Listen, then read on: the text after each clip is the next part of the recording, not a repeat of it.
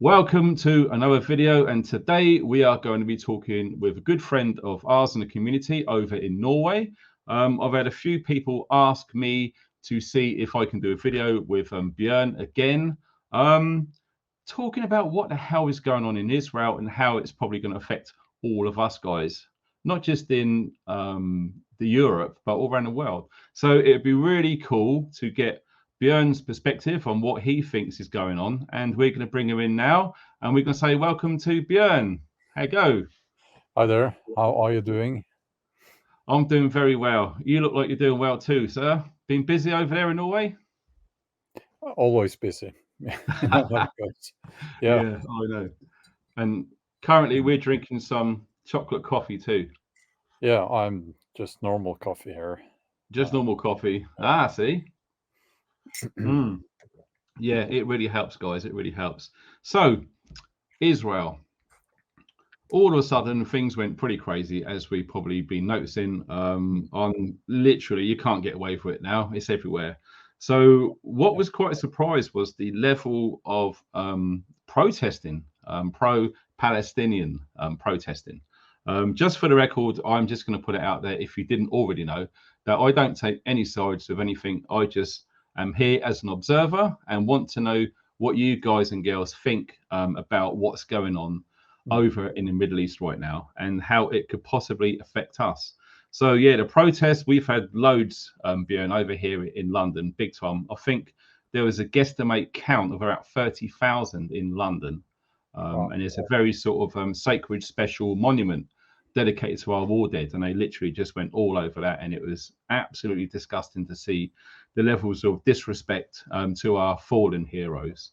Have you seen any sort of protest or hearing anything No, over I in haven't. Norway? No, not really. There might have been some in Oslo, but we don't really. Oh, the thing is that we never had the same amount of immigration from those parts of the world as other Western European countries have had. So, and because of that, largely speaking, integration has been better here compared to, I think, your country and other countries. So, most people with a background from those countries, they don't want to be associated with any of the craziness. They are just normal people, and they don't like.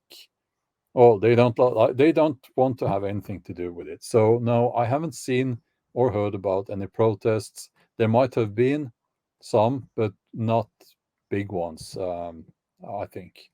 Yeah, that's interesting. I mean, I would imagine that, countries who haven't had any protests will be better off with it because, the amount of damage that was done and the amount of discord that was going on. I mean, from what I'm seeing since this unfolded, is a classic tactic that we've been seeing for eons now, and it's divide and conquer. You get two sides violently opposed each other, wind them up so much. Bearing in mind, over the last, I don't know, since the 50s, since we've had televisions around the world, every time we see the news, it's always been like censored.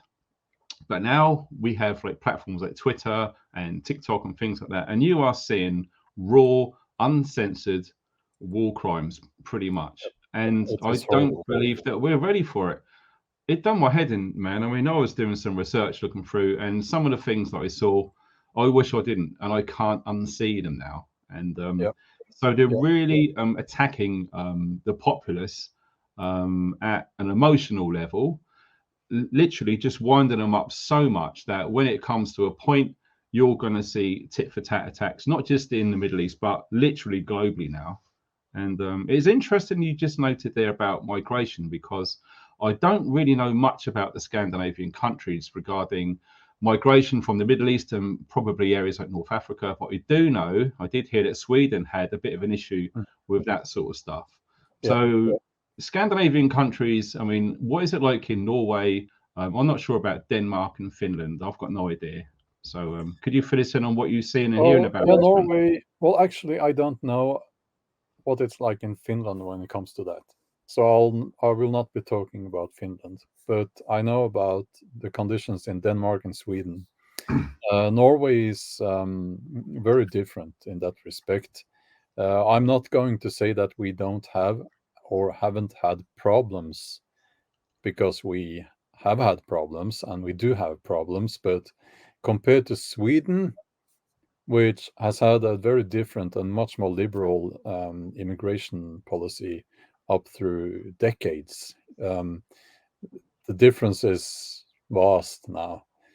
I mean, they are having. I made a video on my main channel on that, and I mean, the gangs are ruling parts of the cities, explosions, well, mob activity, and It's mostly down south, isn't it, in Sweden, from what I understand? they don't they don't like the cold so much. Yeah, maybe, but yeah, Malmö especially. They have Mm. no-go zones, and it's quite Wow. horrible. And I feel for the Swedish people. I mean, they are brothers and sisters of us Norwegians, um, and it is horrible. And I blame the politicians Yeah. for what has happened there, and also mainstream media and the censorship and all of that. In Norway, as I said, it's much better. Um, People seem to be much more sensible here. Um, we don't have, as far as I know, we don't have no-go zones. We do have sort of a, not ghettos, no, that would be wrong, but some Mm. areas where there have been, well, we don't, I'll just cut it short I there. think We I don't know where you're have getting at. problems It's here. almost like a cultural poverty sort of scenario in certain areas, maybe, from Yeah, what I I'm didn't hear seeing. that. Yeah, it sounds like you're probably trying to get at cultural changes and more sort of dispoverished and some poverty going on with an increase in certain types of foreign people, shall we say, without trying to upset anyone. We're hearing Yeah. stories like that all over, and it sounds like you have small bits of that in your country too. Yeah, well, I'm it's agree. important to understand that Norway is a country that needs immigration, but the right kind of immigration. So I'll give you Yes. one example very quickly here. When the thing in Ukraine happened, you had women and children fleeing to Norway, and they were welcomed in the rural counties around Norway, and they were typically, given a house and a job and so on. Not, well, because we are kind. It's the right thing to do, but also because we need people there, and um, we were hoping that they would stay, because we don't have enough people to do to work in the hospitals, schools, kindergartens, and so on in those areas. So I think that even though people, politicians are not saying that out loud, they need that immigration and they would really want those people to stay there. Um, it would be very different, let's say, someone male from with no education, um, a lot of anger from a certain part of the world. That Yeah. is not the kind of immigration that we need. Hmm. So, yeah, you know what I'm talking about here. Yeah, I know exactly. I mean, I just remember cast my mind back to the 70s in Australia, where they obviously needed lots of people in that country to sort of help develop and grow it. And I think what they've done was a similar thing to like a point system. They needed X amount of doctors, nurses, teachers, contractors to build stuff. And they literally had CVs, sent all over from the world.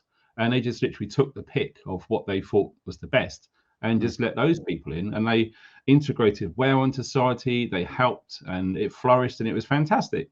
So I agree, when you have hundreds of thousands of fighting age male migrants literally pouring into the UK, we've got no idea what their backgrounds are, we've got no idea what their crimes have been, and they're literally coming in unchecked, walking all around the UK, getting up to all sorts of bad things. So I do understand what you're saying there. I'll say one thing. Mm. Because I have recently been to London quite a few times. Before that, and that was this year, and before that, I had not been to London for many years.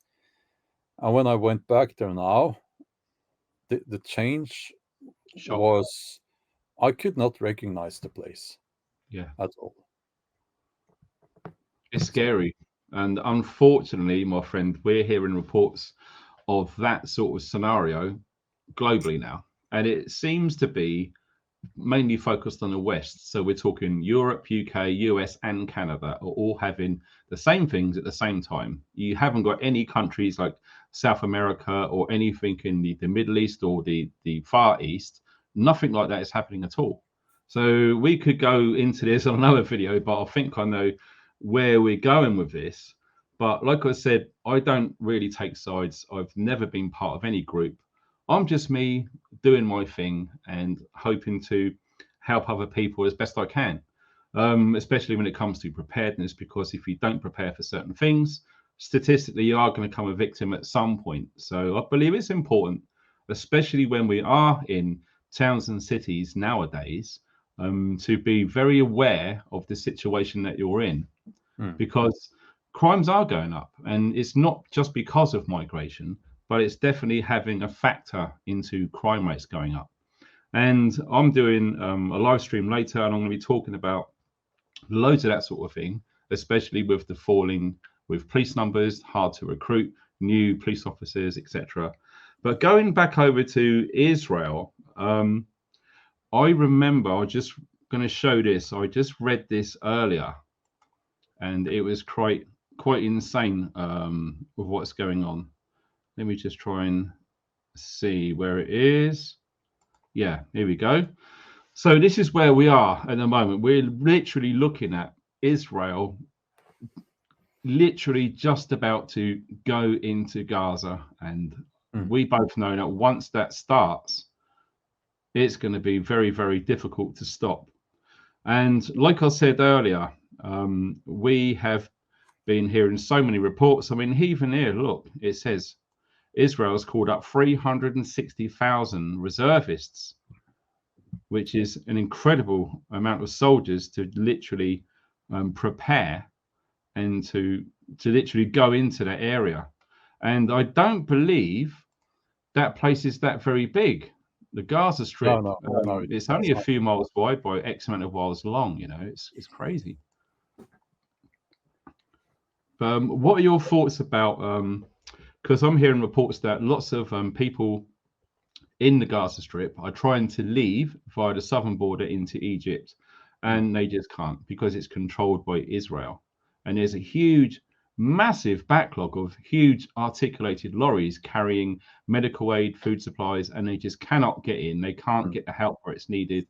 And it's just turning up the pressure on this big pressure pot, isn't it? It's just adding more and more stress to the situation, surely. Yeah, I have a few things to say there. First of all, like you said, I don't take sides there. Well, actually, and I think you said this exactly the same as I'm going to say now. I take sides with the civilians, the innocent people on both sides. Yeah. I support them.